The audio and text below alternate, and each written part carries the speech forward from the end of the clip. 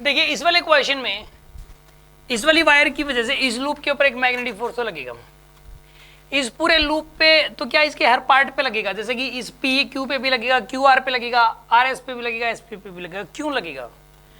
क्योंकि पहली बात तो एक करंट कैरिंग है। देखो एक रूल क्या होता है कि जब भी कोई करंट कैरिंग वायर किसी एक्सटर्नल मैग्नेटिक फील्ड में रखी हो तो वो एक मैग्नेटिक फोर्स एक्सपीरियंस करती है। यहां पर मैग्नेटिक फील्ड होगा, एक्सटर्नल होगा इस वाली वायर की वजह से। एक इसे खुद का जो मैग्नेटिक फील्ड है उसको यहां पे कंसीडर नहीं करोगे, ठीक है। देखो जो फॉर्मूला होता है कोई करंट कैरिंग वायर के ऊपर जो मैग्नेटिक फोर्स लगता है I L B sine theta, इसमें बी लेते हैं हम एक्सटर्नल वाला, उसका वायर का जो खुद का करंट है वो कभी उसका मैग्नेटिक फील्ड नहीं देते, सेल्फ मैग्नेटिक फील्ड नहीं लेते। तो इस वाली वायर का अपना, इस वाली वायर का यहाँ पे एक मैग्नेटिक फील्ड होगा और इस वाली वायर का यहाँ पे जो मैग्नेटिक फील्ड आएगा वो इस वाले लूप के लिए एक एक्सटर्नल मैग्नेटिक फील्ड है। तो यहाँ पे और इन वायर्स में से करंट भी जा रहा है और ये current carrying wires external magnetic field में रखी हुई है, यानी कि तो उनके ऊपर, इन चारों के ऊपर एक मैग्नेटिक फोर्स लगेगा और उन चारों पे मैग्नेटिक फोर्स निकाल के उन चारों का रिजल्टेंट आपको निकालना है और वही हमारा आंसर हो जाएगा। पहले तो ये बताओ, हाँ जी समझ में आ गई होगी बात आपको। इसके अंदर क्या है कि इस वाले क्वेश्चन के अंदर यहाँ पे एक करंट कैरिंग वायर दी हुई थी आपको, इसके पास में एक लूप दिया हुआ है, रखा हुआ है, जो कि 1 सेंटीमीटर डिस्टेंस पे ये लूप है। लूप और वायर के बीच का डिस्टेंस 1 सेंटीमीटर दे रखा है और वायर में से 10 एम्पीयर करंट जा रहा है, इसकी साइड 2 सेंटीमीटर है, ठीक है ना। तो करते हैं हम इस वाले क्वेश्चन को सोल्व। कैसे करें हम इसके अंदर? देखिए आप पहले काम करो, पहले इस एसपी के ऊपर निकाल लो, एसपी के ऊपर मैग्नेटिक फोर्स निकाल लो किस तरफ लगेगा। एक बात बताओ, इसमें से करंट और इसमें से एंटी पैरेलल है एक दूसरे के, ये वाले दोनों करंट्स एंटी पैरेलल है, तो क्या होगा बताइए आप? ये रिपेल करेंगे। पैरेलल करंट्स क्या करते हैं? अट्रैक्ट करते हैं, और एंटी पैरेलल करंट्स क्या करते हैं? रिपेल करते हैं। कितने फोर्स से अट्रैक्ट या रिपेल करते हैं बताओ? कितने फोर्स से करते हैं अट्रैक्ट या रिपेल? बिल्कुल, mu naught I1 I2 upon 2 pi D, mu naught I1 I2 upon में 2 पाई डी। और ये वाला फोर्स है फोर्स पर यूनिट लेंथ, ये टोटल फोर्स नहीं है। ये वाली जो वायर है, ये इसकी यूनिट लेंथ पे जो फोर्स लगाएगी वो इतना ही लगाएगी। कितना लगाएगी? Mu naught I1 I2 upon 2 pi D. तो मैग्नेटिक फोर्स निकाल रहे हैं हम लोग पहले तो एसपी के ऊपर, एसपी पे लगेगा mu naught I1 I2 upon में 2 पाई डी, इंटू में इसकी लेंथ, क्योंकि ये तो यूनिट लेंथ का है, इंटू में इसकी लेंथ जो भी है। तो म्यू नोट की वैल्यू म्यू नोट, I1 की वैल्यू 10, I2 की वैल्यू 6 और 2 पाई डी, डी की वैल्यू हो जाएगी यहाँ पे 1 सेंटीमीटर यानी 10⁻² आएगा, और लेंथ की वैल्यू हो जाएगी यहाँ पे 2 सेंटीमीटर, तो 2/100 करोगे आप, ठीक, ये आएगा आपके पास। ये मैग्नेटिक फोर्स लगेगा और ये रिपल्सिव लगेगा, इसके ऊपर इधर लगेगा ये वाला फोर्स, क्योंकि ये दोनों एंटी पैरेलल करंट्स हैं। ये इसको इधर रिपेल करेगी, ये तो फिक्स है तो ये इसको इधर रिपेल करेगी यहाँ पे, ठीक है ना। फोर्स तो इस पर भी लगेगा बट इसको तुमने पकड़ के रख रखा है, तो ये वाली वायर इसके ऊपर इधर फोर्स लगेगी, फोर्स हमें इसके ऊपर निकालना है, ठीक है ना। इसको थोड़ा सिंप्लीफाई कर लो, ये तो कैंसिल हो गया जी, ये 2 से 2 गया जी, ठीक है ना। ये म्यू नॉट बाई पाई तो अलग लिख लो आप, म्यू नॉट बाई पाई तो इंटू 60 हो गया, ठीक है, इतना आ गया magnetic force 60 mu naught by pi. अब इसके ऊपर निकालना है आर क्यू के ऊपर magnetic force on R Q किधर लगना चाहिए बताइए आप? इसमें से करंट ऐसे जाएगा, ये और ये क्या है? पैरेलल करंट है भाई, ये करंट और ये करंट क्या है? पैरेलल करंट है। अगर ये पैरेलल करंट है तो क्या करेंगे? ट्रैक करेंगे, तो यानी इसके ऊपर इधर फोर्स लगेगा भाई, सीधी सी बात ये है। और वो कितना लगेगा?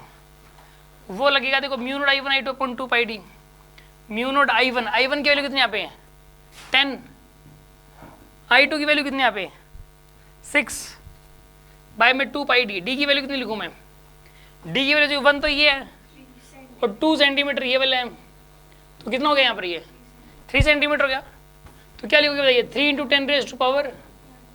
10⁻⁻², ये आएगा आपके पास। और लेंथ कितनी है बताइए इसकी?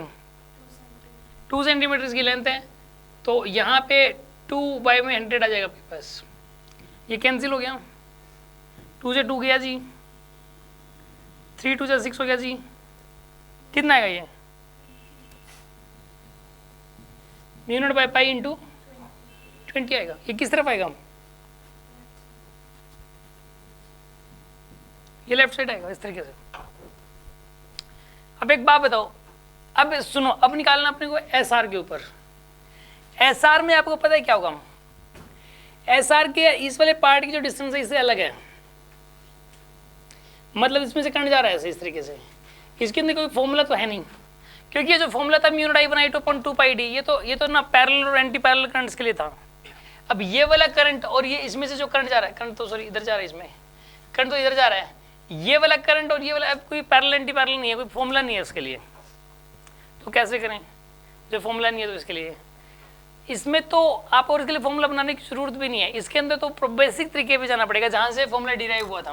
मतलब पहले आप इसकी वजह से यहाँ पे मैग्नेटिक फील्ड चेक करोगे इस जगह पे कितना है, इस वाली वायर की वजह से यहाँ पे मैग्नेटिक फील्ड अलग होगा, यहाँ पे अलग होगा, यहाँ पे अलग होगा, यहाँ पे अलग, मैग्नेटिक फील्ड की वैल्यू भी अलग अलग होगी हर जगह पे, मैग्नेटिक फील्ड की वैल्यू भी अलग अलग जगह पे अलग अलग हो जाएगी। पहली बात तो ये मैग्नेटिक फील्ड की वैल्यू अलग अलग जगह पे अलग अलग हो गई, ठीक है। तो दूसरी प्रॉब्लम हो रहा है कि यहाँ मैग्नेटिक फील्ड की वैल्यू तो चलो अलग अलग होगी, तो फिर आईएल भी लगाओगे आप, चलो करंट तो सेम ही जा रहा है और छोटे छोटे पीस भी कर लो, मान लो डीएल लेंथ के, तो मैग्नेटिक फील्ड तो अलग अलग है ना हर जगह। तो नेट मैग्नेटिक फोर्स निकालने के लिए तो इंटीग्रेशन का यूज करना ही पड़ेगा आपको। अगर कोई ये कह दे कि एसपी के ऊपर लगने, एसआर के ऊपर लगने वाला नेट मैग्नेटिक फोर्स निकालो, तो इंटीग्रेशन की जरूरत पड़ेगी आपको, क्योंकि अगर इसके आप छोटे छोटे पीस की फॉर्म में इसको सोचो अगर, तो हर पीस पे अलग अलग मैग्नेटिक फोर्स लग रहा है, हर पीस पे अलग अलग मैग्नेटिक फोर्स क्यों लग रहा है, क्योंकि हर जगह पे यहाँ पे मैग्नेटिक फील्ड की वैल्यू तो यहाँ से डिस्टेंस 1 सेंटीमीटर है, इस वायर की वजह से, इनफाइनाइट वायर की वजह से मैग्नेटिक फील्ड का फॉर्मूला क्या होता है वैसे, इनफाइनाइट वायर की वजह से म्यू नॉट आई अपॉन में 2 pi D, mu not I upon 2 pi D होता है। तो डी की वैल्यू यहाँ के लिए अलग है, यहाँ के लिए अलग है, यहाँ के लिए डी की वैल्यू तो 1 सेंटीमीटर है और यहाँ के लिए डी की वैल्यू 3 सेंटीमीटर है, बीच के लिए डी की वैल्यू जो है 2 सेंटीमीटर है। तो मैग्नेटिक फील्ड तो हर जगह पे अलग अलग है यार, और मैग्नेटिक फील्ड इस केस में हर जगह पे अलग अलग है, तो मैग्नेटिक फोर्स भी हर छोटे छोटे एलिमेंट पे अलग अलग आएगा, तो फिर तो प्रॉब्लम होगी, इसमें तो इंटीग्रेशन का यूज करना पड़ेगा। अगर इसमें ये करे कि ये पूछ लेता कि आर एस के ऊपर मैग्नेटिक फोर्स बता, तो वो भी हम निकाल सकते थे, कोई मुश्किल काम नहीं था, इंटीग्रेशन यूज कर लेते, ठीक है। बट इसमें ऐसा पूछा नहीं गया, इसमें ना कैंसिल आउट हो रहा है। इसका सबसे बड़ा बेनिफिट ये है इस क्वेश्चन में कि इसके हर एलिमेंट पे जो मैग्नेटिक फोर्स लग रहा है वो किस तरफ लग रहा है, देखो इसका मैग्नेटिक फील्ड किस तरफ होगा, यहाँ पे अंदर की तरफ, इस वाली वायर की वजह से यहाँ पे मैग्नेटिक फील्ड अंदर की तरफ होगा हर जगह पे, तो मैग्नेटिक फोर्स किधर लगेगा, आई क्रॉस बी, नीचे की तरफ, आई क्रॉस बी नीचे की तरफ लगेगा। अब इसमें इसके ऊपर की तरफ लगेगा मैग्नेटिक फोर्स, मैग्नेटिक फील्ड अंदर की तरफ ही है, तो आई क्रॉस भी ऊपर की तरफ लगेगा। और बाय द वे होगा ये कि इस वाली वायर पे लगने वाला नेट फोर्स और इस वाली वायर पे लगने वाला नेट फोर्स कैंसिल आउट करेंगे। क्यों करेंगे, इसका रीजन क्या है, क्यों करेंगे इसका रीजन क्या है, क्योंकि देखो ये वाला जो ये वाला पीस है और इसका जो पहले वाला पीस है, इन दोनों की लेंथ भी सेम है, दोनों इस वायर से सेम डिस्टेंस पे है, मतलब यहाँ पे मैग्नेटिक फील्ड और यहाँ पे मैग्नेटिक फील्ड सेम होगा, और दोनों में से करंट भी सेम चल रहा है, तो दोनों का मैग्नेटिक फोर्स अपोजिट में है, तो कैंसिल आउट करेंगे। जो सेकंड वाला पीस होगा और इधर से जो सेकंड वाला पीस होगा, ठीक है, ये बिल्कुल आइडेंटिकल सिचुएशन में है, ये तो इन दोनों का फोर्स एक दूसरे को कैंसिल आउट करेगा, एक दूसरे के फोर्स को, ठीक है ना। और इसका थर्ड वाला पीस, इसका थर्ड वाला पीस, इसका थर्ड वाला पीस जो है ना, इक्वल इक्वल लेंथ के पीस काटे हैं आपने, यहाँ पर उसी लेंथ के इक्वल इक्वल लेंथ के पीस काटे हैं। ये थर्ड पीस यहाँ से जितनी डिस्टेंस पे इस वायर से, और इसका थर्ड पीस यहाँ से जितनी डिस्टेंस पे, वो सेम डिस्टेंस है, तो मतलब यहाँ पे थर्ड पीस के पास जो मैग्नेटिक फील्ड होगा और इस यहाँ पे थर्ड पीस के पास जो मैग्नेटिक फील्ड होगा सेम होगा, करंट सेम है, लेंथ सेम है, तो मैग्नेटिक फोर्स का मैग्नीट्यूड सेम आएगा, डायरेक्शन अपोजिट होगी, तो थर्ड पीस का मैग्नेटिक फोर्स एक दूसरे को कैंसिल आउट करेगा। इसी तरीके से फोर्थ पीस, इसी तरीके से फिफ्थ पीस, मतलब इस पूरी वायर के जो एलिमेंट्स हैं उनके ऊपर लगने वाला मैग्नेटिक फोर्स इस वायर पे लगने वाले मैग्नेटिक फोर्सेस को कैंसिल आउट कर देगा। तो नेट मैग्नेटिक फोर्स क्या हो जाएगा, जीरो हो जाएगा, कैंसिल आउट हो जाएगा, net magnetic force cancel out हो जाएगा। तो इसका जो आंसर आएगा वो इन दोनों का जो रिजल्टेंट है वही ले लो बस, इस पे लगने वाला मैग्नेटिक फोर्स और इस पे लगने वाला, उन दोनों का रिजल्टेंट ले लो, नेट मैग्नेटिक फोर्स आ जाएगा, ठीक है। इस केस के अंदर अगर हमें नेट मैग्नेटिक फोर्स निकालना है ना अभी, तो नेट आएगा इस केस के अंदर, ये बड़ा है ये छोटा है, तो देख लो आप क्या करोगे, आप म्यू नॉट बाय में पाई इंटू 40 आ जाएगा ना, ये मतलब करोगे तो सोल्व, दिस माइनस दिस कर देना, 40 आ जाएगा इस तरफ, ठीक है ना। और ऐसा करो म्यू नॉट अपॉन 4 पाई की वैल्यू लिखो लो आप, इसमें आंसर किस फॉर्मेट में दे रखा है, 10⁻⁻⁷ की टर्म्स में, तो फिर आप है ना 4 से मल्टीप्लाई डिवाइड कर दो, आप 4 से मल्टीप्लाई डिवाइड करोगे तो ये 160 बन जाएगा इस तरफ ऐसे। तो म्यू नॉट अपॉन 4 पाई को क्या लिख सकते हो, 10⁻⁷ 160 इंटू 10⁻⁷ न्यूटन, ये आंसर आएगा इसका, ठीक है ना, ठीक है, ऐसे ही आएगा। इसको ऐसे भी लिख सकते हो 1.6 इंटू 10⁻⁻5 न्यूटन भी लिख सकते हो इसे, ये आंसर आएगा। इसका मैग्नेट, इसके ऊपर दोनों का ऊपर लगने वाला मैग्नेटिक फोर्स कैंसिल आउट कर रहा है। अब इसके अंदर मान लो सर आपको पेपर में ऐसा आ जाए तो सर इस पे लगने वाला मैग्नेटिक फोर्स बताओ कितना होगा, हम निकाल सकते हैं मैग्नेटिक फोर्स की वैल्यू। वो इंटीग्रेशन करना पड़ेगा, वो मैं कर देता हूँ, ठीक है ना। वो मैग्नेटिक फोर्स निकालने के लिए इंटीग्रेशन करना पड़ेगा, वो मैं कर देता हूँ। वो पेपर में आ सकता है, कोई बड़ी बात नहीं है, ठीक है ना। इसने पूछ नहीं रखा इस क्वेश्चन में, तो फिर क्या बात होगी। हमें सिर्फ यहाँ पे तो कॉन्सेप्ट समझ रहे हैं ना हम लोग, हमें तो इसी क्वेश्चन का आंसर मैच करवाने से कोई मतलब नहीं है।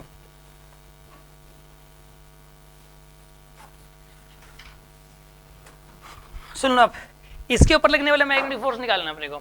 तो यहाँ पे आप एक काम करो, यहाँ से जनरल एक्स डिस्टेंस पे ये एक dx लेंथ का पीस काट लो आप। ये dx लेंथ का पीस मान लिया आपने, ठीक है ना। और यहाँ पे मैग्नेटिक फील्ड चेक कर लो कितना है। यहाँ पे मैग्नेटिक फील्ड कितना है, इस जगह पे मैग्नेटिक फील्ड होगा म्यू नॉट आई अपॉन में 2 पाई x, mu not I upon में 2 पाई एक्स। आई की वैल्यू इसमें 10 एम्पियर लिखोगे, ठीक है ना। आई की वैल्यू यहाँ पे 10 एम्पियर पुट कर दो आप, और 2 पाई एक्स हो जाएगा, ठीक है जी। ये हो गया आपके पास, ठीक है। ये तो मैग्नेटिक फील्ड आ गया। तो इसकी जो लेंथ है वो dl मान लो, लेंथ dx मान लो, इसकी लेंथ dx है। तो इसके ऊपर df का मैग्नेटिक फोर्स लेगा, df की वैल्यू जाएगी ILB के बराबर। तो I की वैल्यू यहाँ पे जो I की वैल्यू है वो इस केस के अंदर जो I की वैल्यू होगी, यहाँ पे I की वैल्यू तो रहेगी इस केस के अंदर I, L की वैल्यू जाएगी dx, और मैग्नेटिक फील्ड की वैल्यू जाएगी mu naught into 10 divide by 2 pi x. यह आ जाएगी मैग्नेटिक फील्ड की वैल्यू। इसमें x वेरिएबल है, बस इसको इंटीग्रेट करना है आपको। ये df की वैल्यू आ गई। अब नेट मैग्नेटिक फोर्स निकालने के लिए x की वैल्यू है from 1 centimetre to 3 centimetre, x equal to 1 to x equal to 3 centimetre में ये भी। तो इसमें काम करो आप, ये तो आ जाएगा df का इंटीग्रेशन तो f हो गया। जो कॉन्स्टेंट्स है उनको बाहर ले लो आप। I की वैल्यू दोबारा से 10 है, तो ये 100 बाहर आ जाएगा एक प्रकार से, I और ये 10, म्यू नोट बाहर आ गया, 2 पाई बाहर आ गया। अंदर क्या बचा dx, और यहाँ पे क्या बचा x। कहाँ से कहाँ तक, x इक्वल टू 1 सेंटीमीटर से x इक्वल टू 3 सेंटीमीटर तक, ठीक है ना। तो यहाँ पे क्या आएगा बताओ, 50 म्यू नॉट बाई पाई, ये ln बन जाएगा, ln x।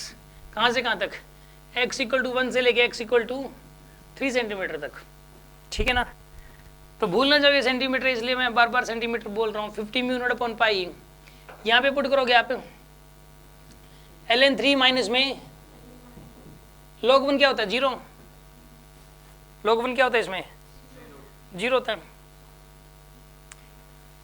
तो इसको ना सॉल्व ही करना पड़ेगा, ln 3 की टर्म्स में आंसर आ जाएगा ये, ठीक है ना। और इसको ना ऐसा ही में रख लो यार आप, ये ऐसा ही में रखो, ये ना मतलब 3 इंटू 10 रेज़ टू पावर ऐसा करोगे आप, इसको 3/100 कर लो आप, इसको ये 1/100 कर लो, तो ये 3/100 हो जाएगा, ये 1/100 हो गया, ठीक है ना। इसको सॉल्व करना पड़ेगा, मतलब इसके वैल्यू log 1/100 हो गया अब तो ये मतलब log 1 नहीं रहा, log 1/100 हो गया। सॉल्व करना पड़ेगा इसको अब आप, ठीक है ना। इसको log आप इसको सॉल्व करेंगे, देखो सॉल्व कर लेते हैं थोड़ा सा। 50 म्यू नॉट बाय में पाई, ये log a minus log b है, तो log a minus log b क्या होता है, log a बाई b, तो log 3 बन जाएगा इसका, ln 3, ठीक है। 3/100 से 100 तो कैंसिल हो जाएगा ना, ये आंसर है इसका, ठीक है ना। किसी एक लेंथ के ऊपर इतना मैग्नेटिक फोर्स लगेगा, इस पे भी इतना ही लगेगा, इस पे भी इतना ही लगेगा। इसकी वैल्यू भी आप निकाल सकते हो इंटीग्रेशन से, बाय द पेपर में आ जाए तो। समझ में आ गया होगा आपको, कोई डाउट है।